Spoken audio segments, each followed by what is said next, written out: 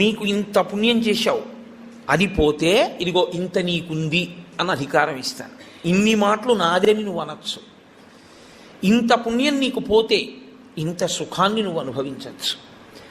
అందరూ ఒకడు కష్టపడి నడిచెడుతున్నాడు, అంతకన్నా ఒకడు సైకిల్ మీద ఎడుతున్నాడు, అంతకన్నా తేలిగ్గా ఒకడు స్కూటర్ మీద ఎడుతున్నాడు, అంతకన్నా తేలిగ్గా ఒకడు కారు మీద ఎడుతున్నాడు, ఇంకా తేలిగ్గా ఒకడు కబుర్లు చెప్పుకుంటూ రైల్లో వెడుతున్నాడు ఏసీలో, ఇంకా తేలిగ్గా గంటలో ఒకడు విమానంలో వెడుతున్నాడు. భోగమునందు స్థాయి మార్పులో ఈశ్వరుడు పుణ్యాన్ని క్షయం చేసేస్తాడు.